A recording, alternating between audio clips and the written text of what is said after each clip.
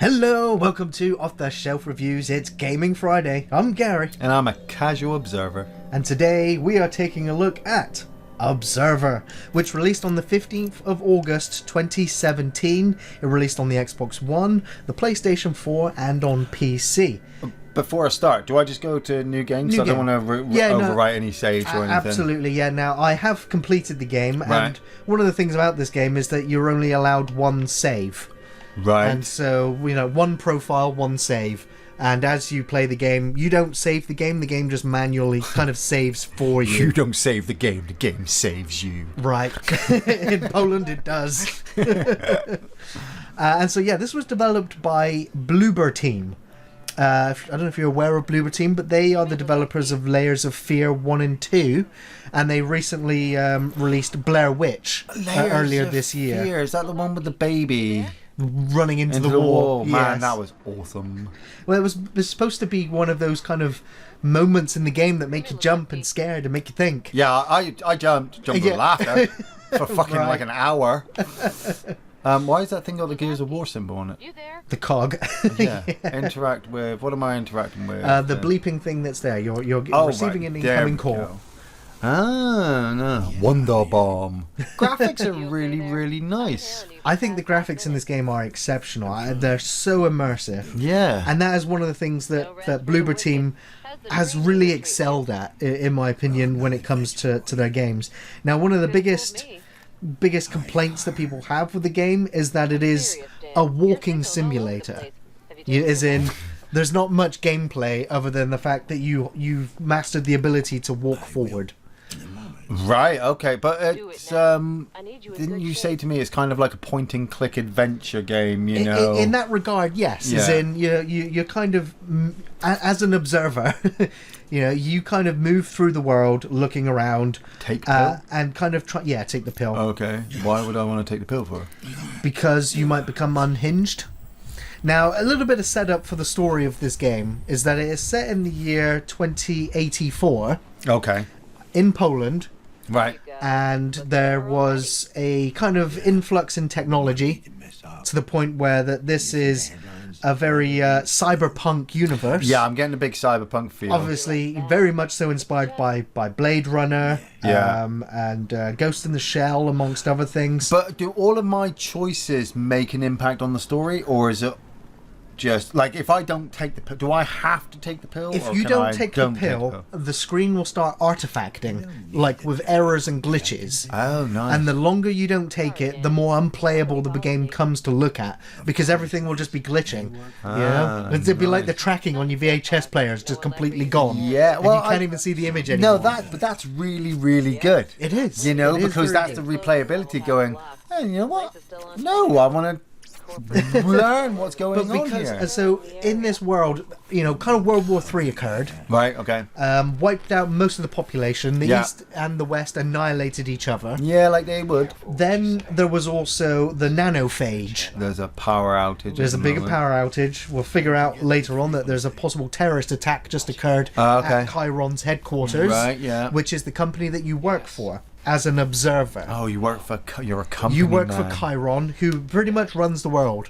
The corporations run the world. There's no government. Who runs the world? Chiron. Who runs the world? Sorry. So this is Beyonce. just all world building. This is This game is all about immersion. It's not about running around and getting headshots. It's not about platform jumping. It's not about your skill. But I suppose that's why people say it's a walking simulator, because it sounds like they put so much time into the story, the details, and the interaction of your character that your character actually couldn't really do anything else. Right. Because the world does everything for you. Yeah, and so you're kind of a detective and observer for Chiron. Mm-hmm. And what that pretty much means is that you are infused with technology. And You play as Daniel Lazarski, who is voiced by Rutger Hauer. Nice, of course, from Blade Runner. Yeah. And as an observer, you can hack into people's brains with tech called Dream Eater. Now, because pretty much everyone in society now has this technology plugged into them, like microchips, processors, everything else, you basically just plug into their brains and you can access all of their memories, all of their thoughts. You can also do this on dead people. And throughout the game, you will come across corpses, which you kind of, for lack of a word, interrogate. You relive their memories to try and piece together who they were, what they were up to, and what connections they have with the killer. That's really, really cool. I like that. This is also coupled with the fact that during, obviously, Chiron suffering an attack there, you get a phone call from your son, Adam, and you're now basically locating where that phone call came from to try and find him. There's nothing better than fucking live action fucking cut sequences, is there? It's not actually live action. I mean, this is all computer generated stuff. Is it? And it just looks fantastic. Some of the detail, I mean, some of it obviously looks fake, but that apple, did kind of look like a real apple. And then, just saw a quick flash of Rick Howard there as well. Yeah, it's like a movie. It's like it absolutely is like a movie. It is like an interactive film. I think even like as a a backseat gamer and observer, you could literally sit and watch somebody play this. But this is an experience. This was a game that I played late at night, lights off, volume up. Yeah. And I was like, I was looking for a horror experience, but at the same time, I just wanted a good story. I wanted a good atmosphere. And this game just gave it to me in buckets and spades. It's been more than a week since I finished this game, but there hasn't been a day gone past that I've not been haunted by this game, by some of the characters, by some of the positions that you're put in, that you experience from their memories. This world was so immersive that I'm literally haunted by it. The game does have sort of two endings, right? And there are other kind of things that you'll have choices in the game. They're all kind of shades of grey. There's no clear cut, that's the right decision to make. It's all going to come down to the player's interpretations of events. There are concepts and themes in the game which are very heavy. They're very dark. They're the sort of things that you wish to contemplate or never wish to contemplate. Like what? Like, are you still you if your consciousness is put into something else? And then again, and then again and again. Are you still you, even though your original body that you were born in has gone? Do you become a different person when you enter those bodies? Exactly. Are you the same person? Are you a different person? No. Literally, if your personality is taken out of your body and goes into another body, and you retain your personality and you change that body to basically become you, then yes, technically you are still you. But have you lost something along the way? Did you lose something along the multiple transitions? Yeah, you lost your body along the way. Right. Yeah. Exactly. No, but does the mind psyche start to break down? Yeah. And that's what's happening to a lot of the characters in this world. Like this guy here, this guy served in the war, had his body blown in two. Yeah, looks it. But because he works as a janitor, the corporations won't look after him. They won't give him new parts. And like I said, after the war, there was the nanophage, which was anyone who had technology in them. If you were a lower class citizen, you died. You got your implants got infected and you died. Nice. This is also a world that is so decrepit, so disgusting. I mean, it's truly the meaning of cyberpunk. High tech, low life.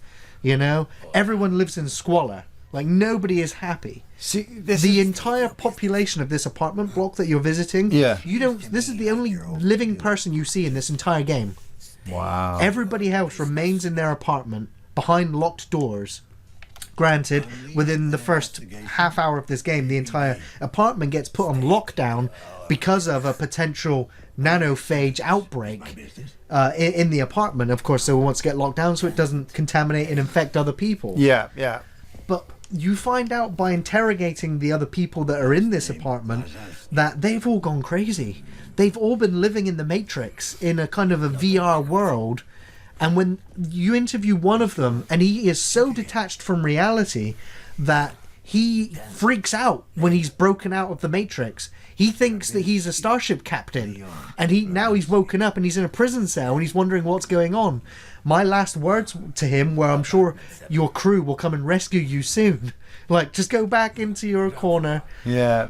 But you also meet people in the game that are they're like purebreds. They're like people that don't want anything to do with technology, like no cyber implants whatsoever. Yeah. And so there's kind of like a racial class, kind of a break. Rutger Hauer's feet. Right. So, but like just this whole world, just like looking around, you can see that you have augmentations put in you. Hey, Kevin. So, like looking around at the floor, you can see like that bin has like a VR kind of computer augmentation. It's not really there, but your augmentations in your brain are making you see what the company, what the world wants you to see, and it's trying to cover up all of the degradation, the fact that the building is falling apart. So we'll just visually augment your world so that you'll see stuff that's not there to make it look better, to cleaner. Hold right trigger and then push the door using right stick. So right trigger, then right analog stick to push the door. It's not actually showing you. You'll see like a little square above the door handle, so you can actually go. There we go. Usually the center of the screen. Yeah, that's how that works. I was wondering But just stepping out here right now, you're just flashes of Blade Runner. You got all Blade the giant Runner, neon Matrix. signs. Yeah, this is kind of what I expected from Cyberpunk 2077. Yes, absolutely. Yeah. But I didn't know if it was actually possible. And from the sounds of like with this one, maybe I'm kind of right in thinking that when you want to have this much kind of the level of detail here, the world, the immersiveness, the characters, the dialogue pieces that you have, the choices that you make, you can't have massive, huge gunfight action sequences because it ruins it, I suppose, for me. Well, it becomes it becomes video gamey. Yeah. Whereas this game, it is as much game as it is, walking around and observing and absorbing the atmosphere and the world that's been created, which is why I feel this game haunted me, was because the level of immersion in this world was so strong. Oh, if you could VR this, you would fucking have a field day. I think anybody who plays this game or has played this game and puts it in VR will die. Like, I don't think you'll come out of it alive, because for the first hour, hour and a half of this game, there's nothing truly horrific happening on screen. Yeah. I mean, granted, you're about to come. Once you get to you're heading for 007. Right. That's where your son was kept. Yeah. You've got all these terminals on doorways, which after events occur, you'll be able to ring all those intercoms, and the people in those rooms will kind of answer the door, but through those intercoms. Yeah. You'll kind of talk back and forth, and there are dialogue trees with almost everybody that you come to. Nice. There's not really much, you're not really going to impact the game whatsoever. It's just kind of how do you want to respond. And for a lot of those conversation pieces, you'll just expire the entire dialogue tree. There's a few instances where you'll be kind of telling the person on the other side to fuck off, or just telling them that you're kind of done. So now here you are. You are in Adam's apartment. This is your son, isn't it? This is your son. And he's been decapitated. Nice. Which, of course, leaves your character Daniel to wonder whether it is your son, because he can't ID him. Yeah. Because he doesn't have a head. Yeah. Now, your observer kind of Dream Eater technology only works on the neural implants that are in their heads. Yeah. So later on in the game, you will find the severed head, and you will be able to enter into its memories to figure out what's going on. Yeah. But this kind of murder setup crime scene does set up the rest of the game, where you'll now be going through the rest of the apartment, interrogating people, interacting with them through the Dream Eater technology, going into their memories, finding out who's the killer, what happened, and piecing it all together. The bigger narrative, if you will. Yeah. But throughout all of that, you will just be, again, taking in and observing the world by hacking into computer terminals, reading documents, looking at ID cards, just picking up things, looking around and piecing the story together, because this game does environmental storytelling better than any game I've ever played ever. There are so many clues and things hidden about that you will use your three kind of forms of visual interpretation. You've kind of got your nano vision, which sees all the technological stuff. Yeah. You've got your bio vision, which detects blood and wounds and all the forensic type of things. Yeah. And then of course you've got your own two eyes, which you'll use to navigate for the most part. So yeah, now you're piecing together that this thing was clawed off. There were claw marks. Yeah. You'll see the blood and piss and shit everywhere. But what I also really like about this augmented technology is that you'll be scanning corridors and rooms, and it will flash all these little highlighted points of interest. Yeah. But then almost straight away, a lot of them will just turn off and just go, not worth your time, not worth your time. Nice. And then you're like, do I trust my augmentations to tell me that this was not worth investigating or not? Good point, it's the corporation telling you, that's not worth your time. That's not worth your time to look at. Maybe it is, but maybe it isn't. Mostly it isn't. Yeah. But then you get all these drawers and cabinets and doors that you can open that, for the most part, will either have collectibles in or just environmental storytelling. You're just going to learn about this character. Yeah, you do. Like this person has the book of 1984. Yeah. The year the game is set in is 2084. It's kind of like they're taking big influence from George Orwell. Big Brother is watching you, yeah. Absolutely. I am just checking it because it's the level of, like you said, it's the level of immersion, isn't it? You know, Yes. it's like... This isn't about platforming, about getting headshots. You've got to take your time, It's about taking in the atmosphere, the music, the sound effects, listening to... I mean, a lot of people have complained about Rutger Hauer's delivery of his lines of dialogue in the game, where he just kind of sounds disinterested or unsatisfied. That's Rutger Hauer. It's just him. That is kind of Rutger Hauer, but... He would never not put 110% into a performance. He would have just said no. Right. You know, and I mean... He was definitely given direction as well, I believe, to deliver the lines of dialogue he does the way he does in this game. Yeah. Once you complete the game, a lot more of that will start to make sense to you. Once you realise who Daniel is and what the world is like, the more you immerse yourself into the world, the more things start to make sense to you. Yeah. And so now you've just realised that your son's got drugs in his fridge. Controlled substance, 45. Psychoactive substances. Yeah. A big old jar of it. What's that there? So yeah, using your nanotech, it tells you it's a holographic frame. Now you can also pick it up and interact with it as well. And you realise that there's a family picture on there. The family picture, nice. Cool. A lot of the objects you can pick up and spin around and look at and, you know, take it all in. Just little details like that, you could just turn the fan on. Yeah, there are other rooms where there's tape players and music decks that you can turn on, and, you know, you'll also see that a lot of people live in these worlds and they're just, you know, they live in VR. You'll go into one room and there's just an emaciated woman just plugged into a matrix with a VR headset plugged on. Nice. You know, she's just completely gone. So you found the terminal. I did. But it's locked behind a password, Ian. Now, you can press the Y button and just hack. Now, the hack, you know, you will come across some terminals to which you'll just go, hey, Chiron, do we know can we hack this? Yeah. And it'll just automatically hack it for you. And there's no other choice. It's part of the in-game kind of system. At other points, they'll be like, it can't hack it. But managed to figure out the last code was a 4. Nice. So then it'll be a case of wandering around and finding oh wait. Good job, I am the boss. Yep. And so now this will reveal. Look around to the left, you're going to see it all left. Look out into the room, into the room. Into the room. Into this one? Yes. You're seeing the whole thing come out of the ceiling and set itself up. There's a whole computer workbench there. Okay. Because I'm a boss, motherfucker. So the more horrific things that you see and the more horrible stuff that happens to you, you're going to need your synchronization will come out. So you're going to need to keep dosed up with this gel, this synchrosine. Right. Okay. If you press the, I think it's the start button, it kind of brings up, or the back button. Oh. Yeah.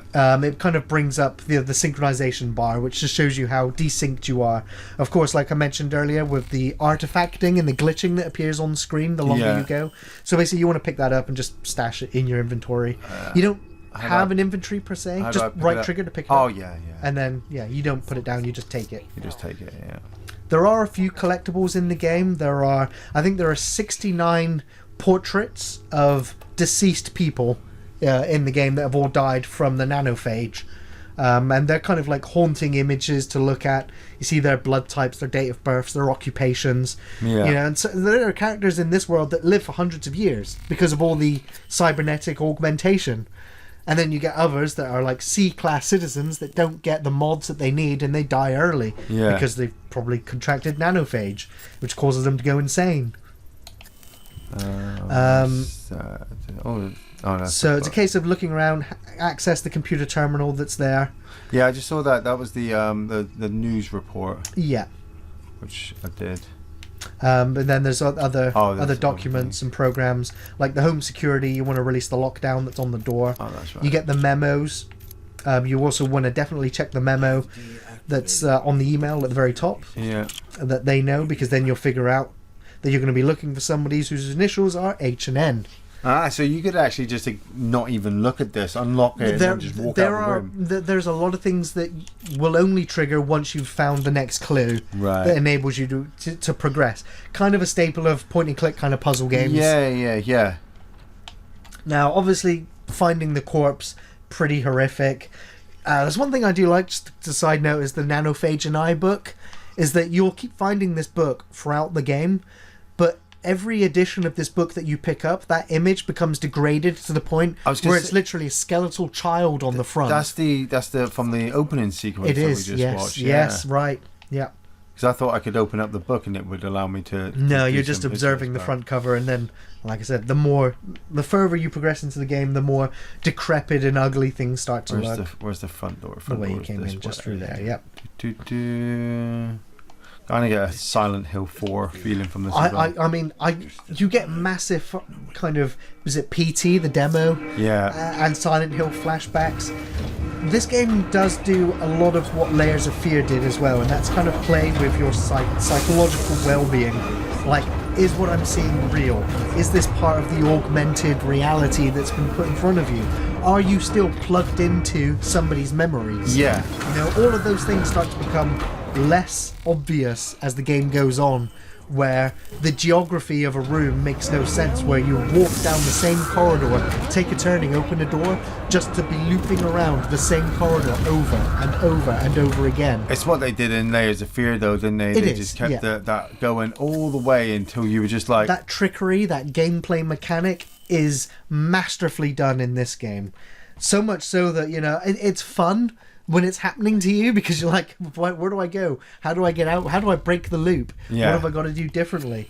There was a point in this game which was horrifying and disturbing and frightening all at the same time, where I was walking around this landscape and I had a floating monitor with me that had like a human mouth on it, and every time I walked away from the monitor it would start screaming like a child. And when I would come back and then pick up the kind of floating power cord that was resting underneath it, it would start giggling like a child as I was walking around with this floating monitor with me, plugging it into wall circuits in order to open up doorways. But you wouldn't be able to go too far from it because the monitor would start screaming and crying again.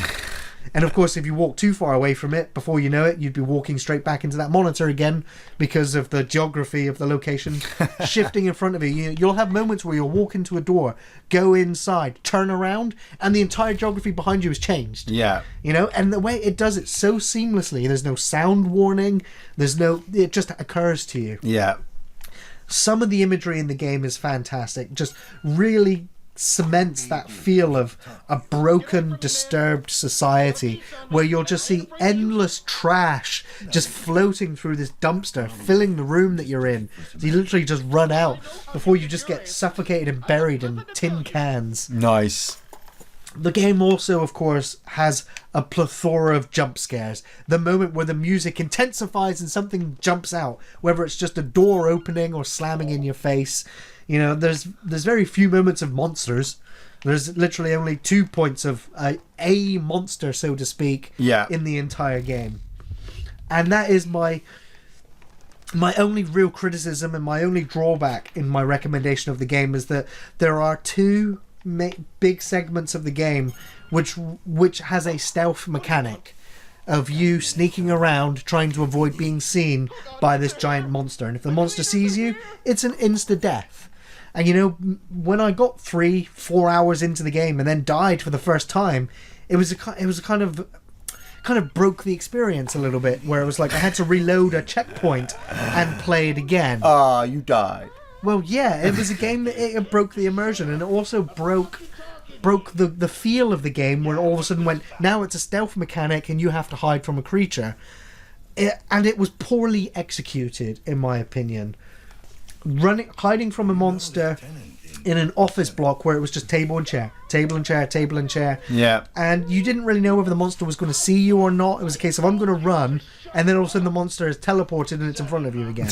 I was like, it was poorly executed. It didn't have the finesse of, say, Alien Isolation's kind of, being hunted by a creature. Yeah. It was a case of, I can see the creature, it's over there, I'm going to run around here, and for some reason now the creature's over there. It didn't have the same level of finesse that the whole rest of this game does. I mean, is the creature real, or is it just a it's play on your it's mind? A manifestation of the memories of characters, but then the monster would reappear, and that is when your character Daniel was like, is that creature real? Who's caused these murders? Is it something in the real world or in their imaginations? Is it the Wolfman? Because throughout the world you'll keep finding issues of the Wolfman book or film or adaptation. I was going to say, but that might answer how it teleports. Right. Is because it's not a real creature. Exactly, and it's you're stuck in the mind of somebody. Yeah. And somebody whose mind is broken and is also dead, so their mind is whatever. Yeah, maybe it's fragmented and whatever's left of it. It gets very in depth, very philosophical. There's so much to ponder and think about when playing this game. Yeah. That it's more than just a walking simulator. But instead of breaking the immersion, maybe they should have tried to interact the game over sequence into like your character. Yeah. Like you die, it's game over. You load up, and your character says, "Well, I'm getting weird deja vu." Yeah, they've done this before. Right. Yeah. Yeah. I mean, that would have been cool. Yeah. But it all comes down to the synchrosine. It's like just pop another pill, and everything goes away. Kind of. The game does intensify. There's half of the game is figuring out about these murders and discovering about who these people are, and the world that they live in. That, for me, is the big nightmare. Then, of course, the main story of finding your son Adam, finding out what happened to him, about the drug runners, about the terrorists, about the corporations, and about the nanophage, and discovering all those sorts of things. Whilst just wandering around this incredibly immersive, graphically beautiful, rich soundscape. It's just masterful. It really, truly is. The sound effects are great, other than the big, loud, jumpy noise moments. Other than that, the music in the game is totally fitting. The composer for the game is, I think it's Arcades. I'm sorry with these Polish names. Right, okay. And the music is just perfect. It very much influenced by the music of Ghost in the Shell. Nice. The story, totally engrossing. The gameplay, it is a walking simulator, but there's so much more for you to think about whilst you're walking around the landscape. The difficulty level, there's no real difficulty other than those, that stealth mechanic moment in the game. Yeah. Game Informer gave the game a 9 out of 10. GameSpot gave the game a 9 out of 10. PC Gamer gave it a 45 out of 100. Yeah. Really? Very much so hating on the game. What were they missing? They called it a walking simulator, and they were like, there's no game, so fuck it.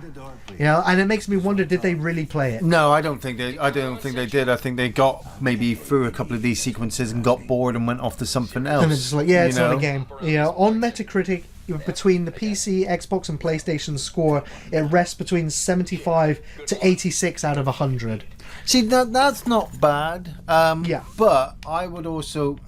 The problem you have is that this game's coming out at a time when you have something like... It's 2 years old now. Cyberpunk, supposedly on the horizon. Yeah. There's lots of action. If you're looking forward to Cyberpunk like I am, this for me is 1 foot in the door. This is just... It's already changes. This is, to me, is just getting you ready for that world, because there's not been too much Cyberpunk video games. There's lots of steampunk, not since not cyberpunk stuff. Not since the Human Revolution, Deus Ex. Of course, absolutely. Which I never really got into, because it was, if Deus Ex was trying to do too much. Yeah, this game reminds me of those old classic PC point and click mystery games, you know, like Blade Runner, Myst and Riven, and all those classics back in the day.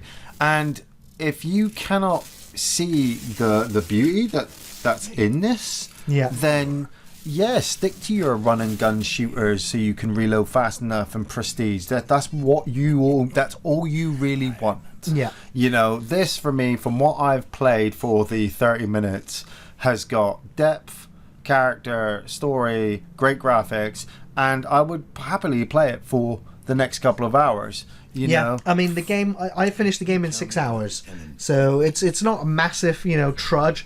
I did feel myself rushing towards the end of the game just to complete it because I wanted the experience to be over. Little did I realise how much the game would haunt me afterwards. And I've also realised that when I looked back at the achievements, how much I missed. There are so many collectibles I didn't get. Which I kind of want because I want to see all of the little cards. Yeah, you do. But there was entire rooms I didn't go to. There's entire quest lines that I didn't pick up on. That's what happens when people rush through their games. They just want it all action. But if I'm you still, take your time, I'm still thinking about the characters I've interacted with. I'm still thinking about the world this game presents to me. Yeah. I'm haunted by it. I've got to say, this for me has been the most affecting video game I've played in a long time. And I think it's gone. I don't want to say for the whole of the gaming industry, but it seems to have been just pushed aside. Like it didn't have much fanfare. No, because it didn't. Because I'm going to bring this up now.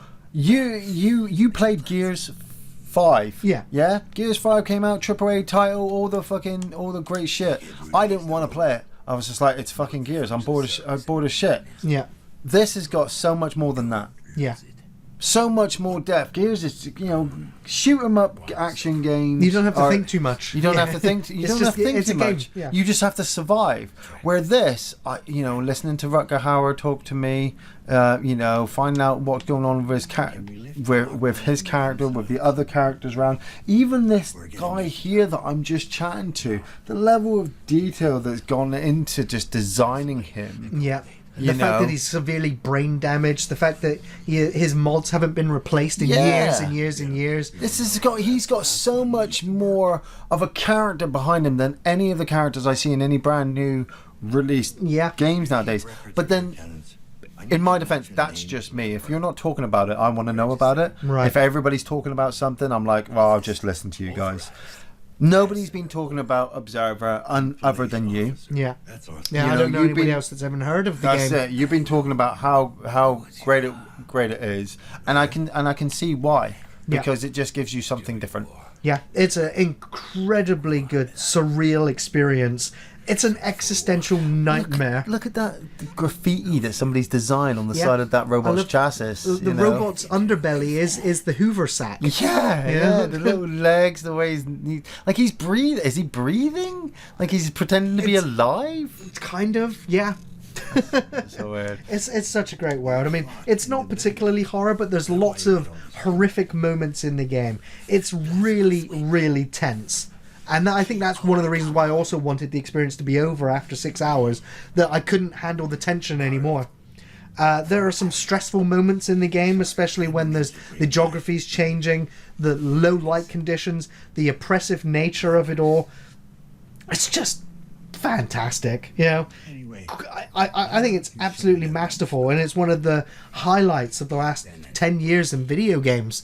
And that's why I'm going to continue to support the Bloober team and in their future endeavors, because they, this was made by about 30 developers, and they really cranked out something special. That I would say that this is like the love child of Soma and Condemned Criminal Origins. Yeah, I was feeling a bit of Condemned in here as well, actually.